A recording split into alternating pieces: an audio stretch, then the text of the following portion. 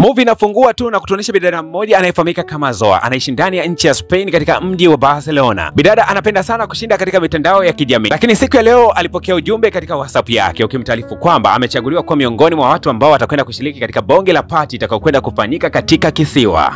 Bwana matangazo ya party ambayo bidada atakwenda kushiriki ilikuwa ni noma na nusu, kwani kulikuwa kuna vibe la kutosha, kulikuwa kuna mayachi, vitu kama hivyo yani. Hata ningekuwa mimi kwa vibe hili la party, basi nisingekataa kabisa kuelekea huko, lakini kwa sababu neno ningejua hujaga mwisho wa safari, basi tuendelee kufuatilia recap yetu ukiwa umegusa alama ya kusubscribe. Taarifa ya watu walikuwa wameandaa hiyo party wanasema kwamba wao walikuwa wanahitaji watu kama 100 kuweza kushiriki na idadi imekwisha kutimia. Basi bidada alikuwa very happy akiamini kwamba kwa idadi hiyo ya watu wengi basi vibe itakuwa la kumwaga mpaka kumwagika. Basi moja kwa moja bidada Zoa akawa amemvutia waya rafiki yake anayefahamika kama Judith. Wakachukua taxi na kuelekea katika eneo ambalo location ilikuwa inasoma ambapo watakwenda kukutanikia, lakini ilikuwa kumbe ni eneo la kiwanda ambacho kimeweza kutelekezwa zamani sana. Na walipofika katika eneo hilo wakakutana na drone, na hizi drone zilikuwa zina vipaza sauti vinavyoweza kuongoza, na mwisho wa siku wakakutana na wenzao kama wote hivi, lakini ghafla tu mabasi fulani yakaweza kuonekana mbele yao na akawa amekwea. Na tena vibe halikusubiri mpaka wafike kisiwani, bali ndani ya mabasi humo bana kikaanza kurushwa kigoma, na mwisho wa siku bana wakazidi kunywa na kulewa. Nakumbusha tu kwamba kuanzia mwanzo wa safari mpaka hapa wanapofika katika haya maeneo ya beach hawajaonana kabisa na mtu ambaye alikuwa anawaelekeza manually, bali maelekezo yote walikuwa wanapatiwa kwa njia ya SMS. Mbele yao wakawa wamekutana na yachi moja kubwa sana ya kifahari. Kwa wale ambao hawajui maana ya yachi, ni kama boti fulani hivi za kitalii ambazo zinatumikaga katika maeneo ya bahari na watu wanaendaga kupati sana wakiwa nazo hizo. Lakini wakiwa mlangoni tu kuingia ndani ya mayachi haya, masharti ilikuwa ni kwamba hutaki kabisa kuingia na kitu ambacho ni meto wala kuingia na simu. Kwa haraka pati hii ni kama haina utofauti sana na zile pati za pididi, kwa sababu na zenyewe ulikuwa uruhusiwi kabisa kuingia na simu. Lakini wakati wa kukabidhisha vitu kuna bidada mmoja anayefahamika kama Africa. Huyu bidada ni maarufu kweli kweli katika mitandao ya kijamii na amekuwa akiposti mambo mengi sana na wafuasi kama wote. Akasema kwamba anahitaji kuingia na simu yake kwa sababu atakwenda kurekodi matukio yote katika party. Lakini wakawa wamemkatalia na kumwambia kwamba kama anahitaji kwenda katika party basi ni vyema angefuata masharti. Basi bidada ikabidi kukabidhisha simu yake japokuwa ni kinyonge sana. Lakini wakati wa ukaguzi wakaja kugundua kwamba bidada Judith hakuwa amealikwa katika party hii, lakini yupo katika mkondo huu. Ikabidi bwana waweze kumuuliza wewe umealikwa na nani? Bidada akasema kwamba mimi nilipitiwa na Zoa tu akaniambia kwamba twende kwenye party. Basi miamba huwa wavunjaji kabisa utaratibu, wakataka kumfukuza bidada, lakini bidada Zoa akasema kuwa kama akifukuzwa huyu basi na yeye pia anataka kurudi nyumbani. Hasa majamani kama wanafanya mawasiliano na wakuu wao ambao hatujabahatika kuwaona, na hawa wakuu wao walipoweza kuambiwa jambo hili wakasema kwamba Judith pamoja na bidada basi wanatakiwa kuelekea pamoja katika hiyo party. Bwana basi wakazama ndani ya yachi na vibe kama kawaida likaanza kuvaibuka humo ndani ya yachi, na moja kwa moja wanaelekea katika kisiwa. Ilikuwa ni bonge la safari ambalo unforgettable. Lakini kuna chumba fulani cha siri, kuna mtu mmoja alikuwa akitazama picha za washiriki wote ambao wanaelekea katika ile party, ila aliweza kuchagua 5 tu akawa amewatenga pembeni. Na miongoni mwa hao 5 waliokuwa wamechaguliwa na bidada Zoa naye alikuwepo. Nadhani hii ndio sababu ya bidada kuruhusiwa kuingia na huyo rafiki yake katika party hii, kwa sababu huenda alikuwa na umuhimu hapa. Baada ya kupatika sana katika yachi, mwisho wa siku anaangalia mbele wanagundua kwamba wamekaribiana na kisiwa. Ilikuwa ni bonge la vibe. Lakini huyu alikuwa ameandaa hii tukio la party alikuwa anawaambia hawa wasimamizi kwamba waangalie hawa watu 5 baada ya kufika katika kisiwa. Basi bwana wakawa wametima katika maeneo hayo ya kisiwa, lakini wote walikuwa wamevalishwa bracelet za blue. Ishara ya saa 2 usiku likaandaliwa bonge la stage ambapo party likawa limekwisha kuanza. Bwana watu walivaibuka vibaya mno. Bidada Africa ukiachana tu na kwamba anajiposti sana katika mitandao ya kijamii, kumbe ni mwimbaji mzuri tu. Na mara pop katikati ya party disco likaingia makonde, akajitokeza mwanamama mmoja hivi katika mifumo ya 3D projection, akaanza kuzungumza akisema kwamba kuna kinywaji fulani kimeweza kugunduliwa na inatakiwa kifanyiwe majaribio siku ya leo. Mwanamama alikuwa akiongea haya yote kwa tabasamu kubwa, huku akisema kwamba mmekunywa kila kinywaji hapa duniani, sasa tunakwenda kuwatambulishia kinywaji kipi ambacho tumeweza kukitengeneza katika kampuni yetu, na siku ya leo ninyi ndio mmechaguliwa kuweza kushiriki kinywaji hicho. Basi bwana kila aliyekunywa kinywaji kile alikisifu kwamba kilikuwa ni kizuri sana, na mwisho wa siku bidada Zoa akaanza kuhisi kama kizunguzungu. Mwisho wa siku akajikuta amelala katika maeneo ya fukwe. Mara hapa tu anaamka ni asubuhi, lakini akicheki kando yake ni kama yuko peke yake hapa kisiwani. Akaanza kupiga makelele, watu